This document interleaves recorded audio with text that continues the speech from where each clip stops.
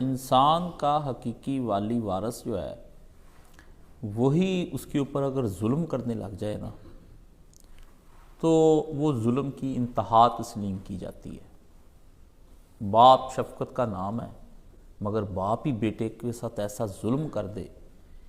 کہ بیٹا دنیا دیکھ کر چلا اٹھے کہ یوں بیٹے کو مارا کرتے ہیں یا بیٹے کو یوں محروم کیا کرتے ہیں، تو وہ ظالم باپ ہے۔ ماں اپنے بچے کے ٹوٹے ٹوٹے کر دینا تو ماں کے اوپر سے اعتبار اٹھ جاتا ہے کہ یہ ماں نہیں ہے، یہ کوئی ڈائن اور چڑیل ہے کہ جو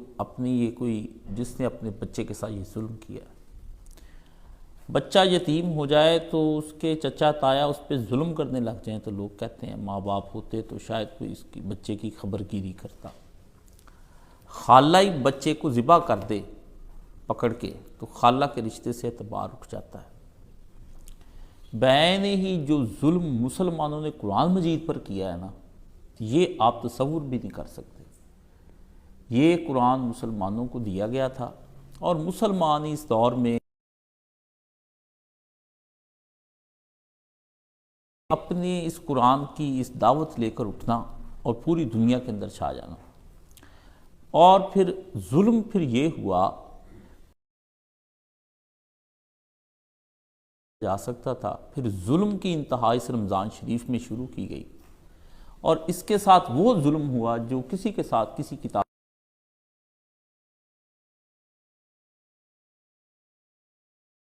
طریقہ جو ہے نا وہ قرآن مجید کو تراویح کے اندر ختم کر دینے کے ساتھ جوڑ دیا ہے۔ تصور بھی نہیں کر سکتے۔ اب یہ صورتحال ہوگی کہ لوگ اسے جان چھڑاتے پھرتے ہیں تراویحوں کے اندر۔ امام نماز تراویح پڑھا رہا ہوتا ہے، ایک تو اس کی اپنی سپیڈ بڑی تیز ہوتی ہے اور پیچھے لوگ بیٹھے انتظار کر رہے ہوتے ہیں کہ کب وہ رکوع کے تو تراویح کا جو ثواب، یعنی یہ ایک ایسا گناہ کبیرہ ہے جو نماز قرآن کو مکس کر کے بنایا گیا ہے، ایسا مکسر اختیار کیا گیا ہے جس کے اندر آپ تصور نہیں کر سکتے کہ بظاہر آپ اس کے ساتھ حسن سلوک کر رہے ہیں اور ظلم اس کے ساتھ وہ ہو رہا ہے کہ اس کا ذرا حق ادا نہیں، نہ نماز کا حق ادا ہو رہا ہے، نہ اس رمضان کا حق ادا ہو رہا ہے، اور نہ قرآن کا ہی حق ادا ہو رہا ہے۔ یہ تین ظلم ایک وقت میں آپ نے روا کیے ہیں۔ رمضان کا حق الگ تھا اور نماز کا حق الگ تھا اور قرآن مجید کا اپنا حق الگ تھا۔ یہ ظاہری تین حق الگ الگ تھے، مکسچر بنا کے نہ مولویوں نے، اور یہ 14 صدیوں کے اندر جو آپ کے اس کے ساتھ ہو رہا ہے وہ تصور بھی نہیں کیا جا سکتا۔ پہلے تراویح ایک بدعت ایجاد کی گئی اور پھر اس کے بعد اس تراویح کے اندر 8-12 کا شور مچایا ڈالا گیا، پھر اس پہ بھی مناظرے ختم نہ ہوئے، پھر قرآن مجید درمیان میں شامل کر دیا گیا، پھر قرآن مجید کو ختم کرنے کے ساتھ پھر قرآن مجید کے اندر تیزی کر دی گئی، پھر قاری ڈھونڈے جانے لگے، پھر کوئی آہستہ پڑھنے لگ گیا، کوئی قرات کے ساتھ پڑھنے لگ گیا، کوئی غنا کے ساتھ پڑھنے لگ گیا،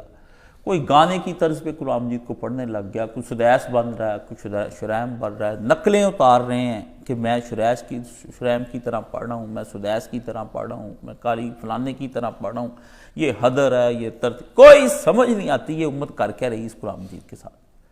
طاقوں میں سجایا جاتا ہوں، آنکھوں سے لگایا جاتا ہوں، تعویذ بنایا جاتا ہوں، دھو دھو کے پلایا جاتا ہوں، کس بزم میں مجھ کو بھار نہیں، کس عرس میں میری دھوم نہیں، پھر بھی اس دنیا میں مجھ سا کوئی مظلوم نہیں۔ یہ قرآن مجید کی پکار اور فریاد ہے کہ آپ نے قرآن مجید کے ساتھ پھر جو ادھر ظلم کرنے تھے نا دنیا کے اندر، پہلے پارلیمنٹوں میں ختم، پھر آپ کی نجی زندگی سے ختم، لیتی ریتی کسر اس رمضان شریف کی آنی تھی، پھر اس کے اندر آپ نے تباہی اتار دی اس قرآن مجید کی۔ کوئی اس کا حق ادا نہیں کیا کسی آدمی نے کہ نبی علیہ السلام نے اگر ایک رات میں لمبی لمبی صورتیں پڑھی ہیں تو ساتھ تو روایت کے اندر آتا ہے کہ نبی علیہ السلام نے جو پڑھی ہیں حضور صلی اللہ علیہ وآلہ وسلم کے سینہ اقدس سے اس طرح سے رونے کی اور ہچکیوں کی آوازیں آتی جس طرح ہنڈیا ابلتے وقت جوش میں آتا ہے۔ یہ نہیں کسی نے سوچا، یہ تو سوچا بھی نبی نے قرآن مجید پڑھا رمضان کی راتوں کے اندر، مگر یہ کسی نے نہ سوچا بھی وہ جو ہانڈی ابلتی تھی سینے کے اندر آہوں کی اور سسکیوں کی اور رونے کی اور احتساب کی اور خدا کے سامنے کھڑے ہونے کی اور جواب دہی کی ذمہ داری سے نبی روتا تھا، جو بخشا بخشایا نبی تھا، تو جس نے ساری امت کی بخشش کروانی، شفاعت کبریٰ بھی اور صغریٰ بھی ساری امتوں کی کروانی، دیگر نبیوں کے بھی کرانی، وہ قرآن مجید کو لے کر روتا ہے تو کس بات پر روتا ہے؟ اس کو تو خوشی کا اظہار کرنا چاہیے، لہک لہک کے قرآن مجید پڑھنا چاہیے، چہک چہک کے سنانا چاہیے۔ بی بی عائشہ زکا کہتی ہیں بھی نبی کے سینے سے ہنڈیا کے ابلنے کی آواز آتی ہے، اور آپ کے ہاں صورتحال یہ ہو گئی ہے بھی وہ نبی کیوں رویا، وہ کیا سوچ رہے ہوتے تھے رسول اللہ جب قرآن مجید پڑھتے تھے، یہ کسی نے غور نہیں کیا۔ ساری امت کے اندر مصیبت صرف ایک ہی چیز کی بن گئی کہ سب کو رسول نے، اللہ نے کہا کہ وہ کچھ سوچو جو کچھ محمد رسول اللہ صلی اللہ علیہ وسلم سوچتے ہیں، اور اس طرح سے سوچو جس طرح سے رسول اللہ صلی اللہ علیہ وسلم سوچتے ہیں، اور ان چیزوں کو سوچو جن کو نبی سوچتا ہے۔ یہ تین باتیں اللہ نے سکھا کے کہا کہ اس طرح ساری زندگی کرنا ہے، اور اس کے اندر فرمایا نبی تمہارے لیے نمونہ ہے سوچنے کے اندر۔ سوچ ایک ایسی چیز تھی کہ یہ اگر بدل جائے آدمی کی تو ساری دنیا اور کل کائنات بدل جاتی۔ جب سوچ ہی نہیں بدلے گی دنیا کے اندر تو آدمی کچھ نہیں۔ یہ جو تدبر قرآن اللہ نے کرنے کے لیے کہا کہ تدبر کرو، قرآن کو فکر کرو، اس کے بارے میں تم سوچ، یہ اللہ نے اس لیے کہا تدبر کرنے کے بعد بھی اس تدبر کا فائدہ کیا ہوگا؟ فلا یتدبرون۔ یہ جب تفسیریں لکھی گئیں، کیا تم تدبر نہیں؟ تدبر کرنے سے کیا تھا کہ قرآن کے لفظوں کی فصاحت و بلاغت بھی، اس کا لفظ فلانے لفظ کے ساتھ کیسے جڑتا ہے،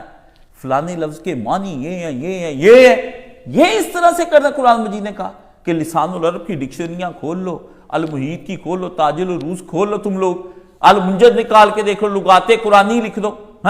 یہ لفظ کہاں سے آیا، یہ کدھر کو چلا گیا، یا یہ کہا تھا کہ اس کی عبارت دیکھو کیسی عبارت اللہ نے بنائی ہے، یہ دیکھو کمال کی، اس کی گرامر کیسی ہے، اس کی کمپوزیشن کیسی ہے، اس کی املا کیسی ہے، اس کی انشاء کیسی ہے، اس کے نیچے اللہ نے یہ زیریں دو کی، یہ کام کرنے کے لیے قرآن مجید ہے۔ یہ قرآن مجید کا معمولی سا وہ حق ہے جس کا کوئی اللہ نے پوچھنا بھی نہیں ہے۔ اللہ تعالیٰ نے آپ سے بھی قیامت کے دن تمہیں پتہ چلا کہ یہ اس کا فاعل کیوں آیا اور مفعول کیوں آیا، اس کے دو زیریں کیوں آئیں، دو زبریں کیوں آئیں، دو پیشیں کیوں آئیں، یہ کیوں آئیں، یہ اللہ نے قیامت کے دن آپ سے نہیں پوچھنا۔ خدا نے یہ پوچھنا کہ جس تدبر اور جس فہم اور جس غور و فکر کے نتیجے میں ایک سوچ پیدا ہونی تھی، وہ سوچ تجھ میں پیدا ہوئی کہ نہیں ہوئی؟ وہ سوچ کیا تھی جو تُو نے اس قرآن مجید کو پڑھنے کے بعد پھر کیا سوچا، کیا تیرے دل پہ گزری، کیا تیرے دماغ میں آئی بھی زندگی میں نے اب کیسے گزارنی ہے، اور کس طرح سے میں نے اپنی اللہ کے پاس جانا ہے، یہ مشکل گھاٹی جو میں نے گزارنی ہے، اس میں سے جو میں نے گزرنا ہے، یہ کیسے میں نے گزر کے جانا ہے اس مشکل گھاٹی سے، یہ ایک آگ کا ہے دریا اور ڈوب کے جانا ہے، یہ زندگی میرے لیے ایک آگ کا دریا بن جانی ہے، اور اللہ نے کہا اس کے اندر ڈوب کے دوسری طرف آ میری طرف۔ یہ اللہ نے لگا دی کنڈیشن میرے اوپر کہ مصیبتیں، دکھ، الام تیرے اوپر حرام ہی حرام، تیرے چار طرف اوپر نیچے دائیں بائیں آگے پیچھے سے حملہ ہوگا شیطان کا، حرام کا، وہ حرام کے حملے جو تیرے اوپر وہ کرے گا، شہوات اور ساری چیزیں تیرے سامنے لے کر آئے گا۔ پھر تو نے سوچا بھی میں نے اس کا مقابلہ کیسے کرنا ہے، یہ سوچ پیدا ہوئی تیرے اندر، وہ مقابلہ میں نے کون سے تیر لینے ہیں، کون سے نیزے لینے ہیں، کون سی ایسی میرے تلواریں اٹھانی اور کیسی ڈھال میرے پاس ہونے چاہیے کہ جس کی وجہ سے میں نفس کے اشارے شیطان کے دونوں حملوں سے میں بچ سکوں۔ یہ کوئی سوچ تیرے اندر پیدا ہوئی، اور پھر اس سوچ کے پیدا ہونے کے بعد کیا تو نے یہ ٹیلی کر لیا بھی میری سوچ ان نفس کے شر سے اور شیطان کے شر سے جو نکلا ہے کہ اس طرح حفاظت کرنی، میں نے جو سوچا یہ رسول اللہ صلی اللہ علیہ وآلہ وسلم کے سوچ کے عین مطابق ہے، ادھر تولا تو نے کہ خود ساختہ ہی سوچ لیا بھئی میں نے ایسے پڑھنا ہے، رات کو میں نے وظیفے کیا کرنے ہیں، رات کو 3 صحابہ نے اٹھ کے کہا نہیں کہ ایک نے کہا میں نکاح نہیں کروں گا، دوسرے نے کہا میں روزے رکھا کروں گا سارا دن، اور تیسرے نے کہا میں قیام اللیل کیا کروں گا۔ اللہ نے فرمایا سوچا تم نے وہی ہے، لیکن سوچ کی مقدار تم نے نبی علیہ السلام کی مقدار سے زیادہ کر لی، تم نے کر لی۔ تم نے کس طرح سوچا ٹھیک تھا، ان لوگوں تینوں نے بھی نفس کو کچلنے کے لیے قیام اللیل ہونا چاہیے، اور دن کے اندر جو ہے وہ صیام ہونا چاہیے، اور عورتوں سے بچنا چاہیے، تینوں چیزیں انہوں نے سوچی، لیکن اس کی مقدار اور اس کی جو کوانٹٹی تھی نا، اس کے اندر انہوں نے کام خراب کر لیا اپنا، اور پھر اس پر اللہ کے نبی کو غصہ آ گیا جلال، پھر پیغمبر نے بلا لیا بھی نکاح بھی میں نے کیا، پھر میں نے قیام اللیل بھی میں نے کیا، اور میں نے روزے بھی رکھے ہیں،